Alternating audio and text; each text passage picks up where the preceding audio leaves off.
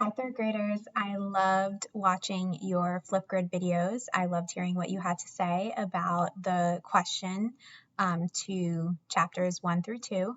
And I like how a lot of you were responding to your friends too. So it made me happy and made me think of times when we were in the classroom and discussing books together. So I'm excited to read chapters 3 and 4 with you today. So we're going to start with chapter 3. Got some cute little sea turtles in the corner over there. All right, chapter 3. As the afternoon progresses, I move on from drawing to reading. The book I'm reading now is the greatest. It's from the library and it's about Sylvia Earle.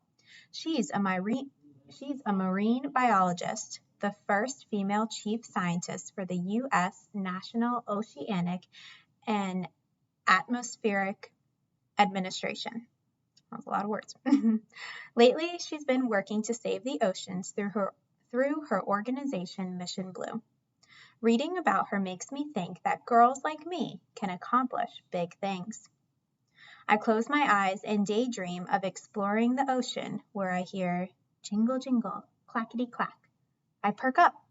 The sound of keys and high heels lets me know Mom is home, and I run towards her.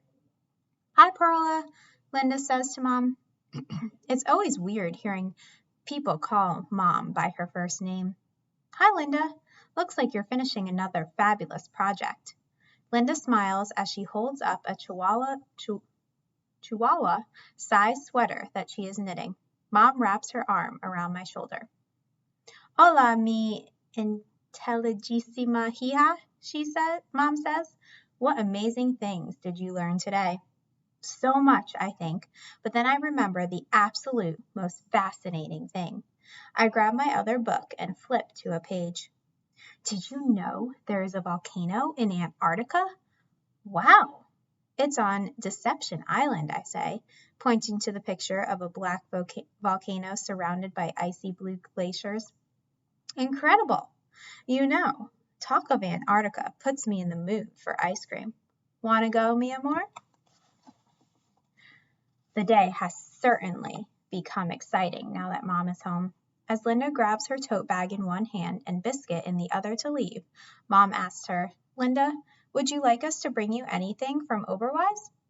Mom tried a few times to pay Linda for babysitting me twice a week, but Linda always refuses. She says that's because she loves my company, and that's payment enough. Still, Mom insists on giving her a little something every time. 1 scoop of vanilla with a cake cone on the side, please. Biscuit just loves a bite of the cone. Biscuit barks. I can't tell if it's because Linda said his name or if he really wants a cake cone. Either way, by the wiggling of his tail, he looks delighted. Mom changes quickly into her comfy clothes, and we head to our local ice cream shop. What ice cream flavor are you going to get today? I ask Mom as we walk down the street. I'm practically skipping. With her being so busy at work, it feels like a special treat to be able to hang out with her. No say, I need some inspiration. Mom insists inspiration is important. It's what gives you an idea or sparks your imagination. For Mom, inspiration at Oberweis comes from sampling a few flavors. I know I have to do that when I go to an ice cream shop. Right after I order my favorite, lime sherbet with nuts, Mom is immediately inspired. After one look at cappuccino chocolate chunk, she is convinced. I'm digging a giant spoonful of lime sherbet when Mom says, I've got some exciting news for me Estrelita, an email.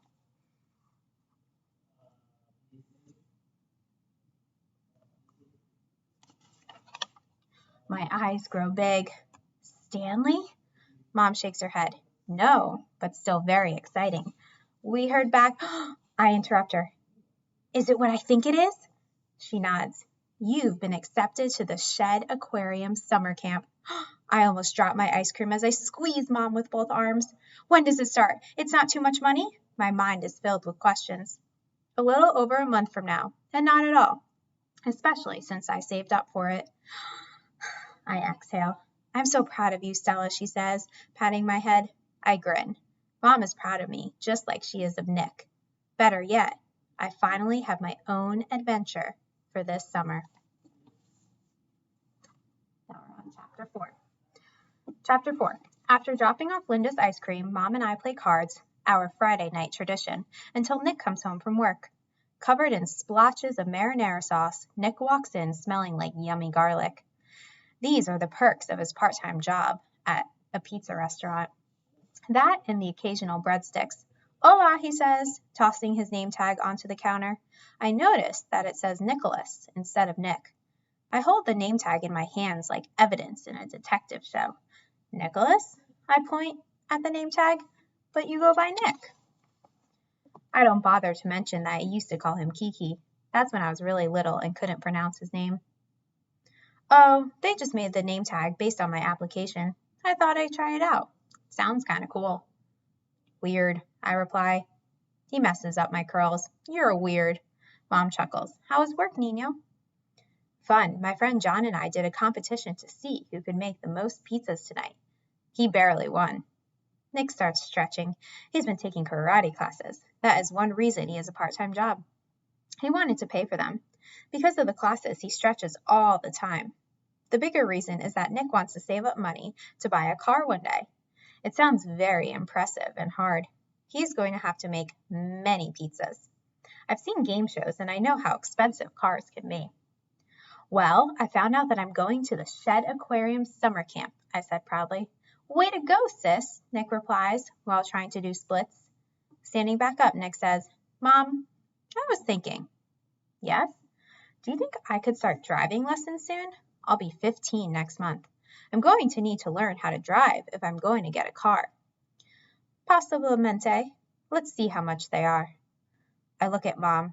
She quietly gulps. I bet she's thinking the same thing I am. Nick is turning 15 years old. That sounds so old. Not as old as my abuelo, but pretty grown up. But why do you need to drive? I asked. You can walk and ride your bike. Yeah, but then I could drive us to school or maybe do pizza delivery. There are some older kids at the shop who do that. They say they make even more money delivering than just making pizzas, especially delivering to the big houses. Then Nick pretends to drive with a couch pillow as the steering wheel. Vroom, vroom, he says, dashing around the living room. See, I'd be a great driver. I roll my eyes. He's not that mature. Nick looks over at me and winks. Want to ride? He gives me a piggyback ride around the room. I laugh so hard that I can barely breathe as he zips around. I guess it's good that Nick isn't too mature to have fun. When he drops me off on the couch, he adds, Don't forget to rate me and give a big tip. 5 stars, I reply, still giggling. Before I go to bed, I go up to Pancho in my room. He swims in his fishbowl happily when he sees me. I'm glad I don't have to worry about you changing or wanting to be named Francisco instead of Pancho. You'll always stay the same. I turn off the lights. Buenas noches, my fish friend. That is the end of Chapter 4. So go ahead and log on to Flipgrid and record your answer for the question for Chapters 3 and 4. I can't wait to hear them.